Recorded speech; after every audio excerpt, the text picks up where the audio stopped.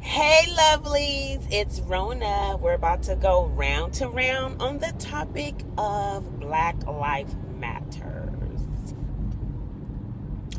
I want to start by saying that initially I thought this was a good movement because we do need to address police brutality in terms of young black men.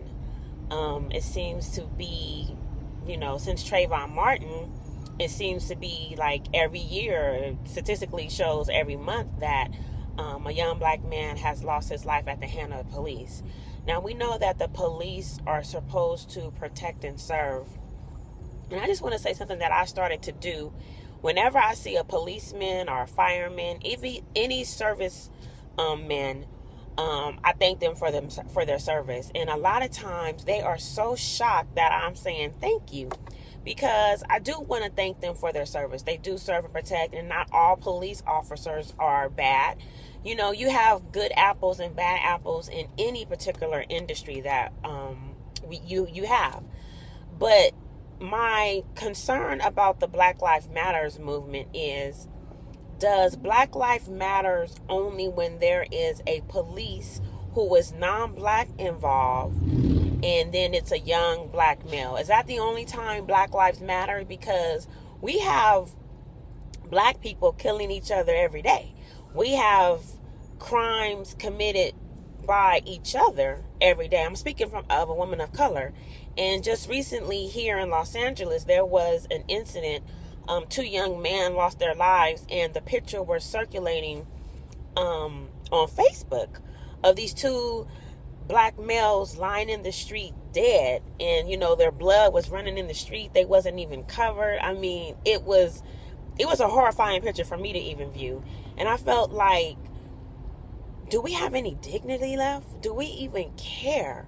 A lot of people say this stems from slavery. That could be true. But here's the thing I want to say about gangs.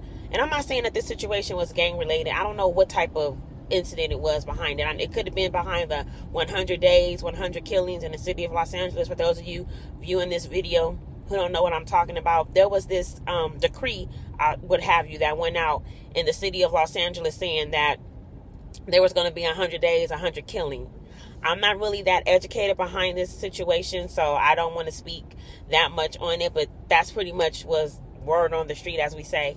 So, I feel like we're killing each other, and I don't see rallies. I don't see Black Lives Matter movements, what have you, going up in array over us killing each other. So when it comes to Black Lives Matters, does it only matter when there is a police involved, or should it matter when it's us killing each other?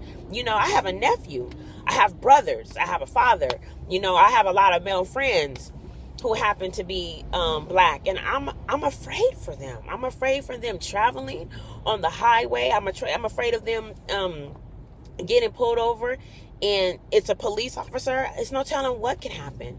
So my question I want to propose to the general public is, what can we do to come together to, one, close the gap between the police officers and people of color, and two, what can we do as people of color to stop the killings in our communities? And I also want to bring up that when I was in the city of Los Angeles, in particular, I went by USC. A lot of you don't know, USC is in the hood. It's in the inner city of Los Angeles. And so they're doing a lot of redevelopments around the school, and it looks great.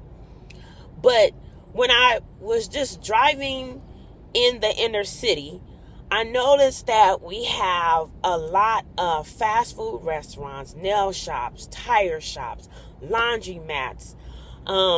I'm probably forgetting something, but we have a lot of churches and things of that nature, and our communities are powerless.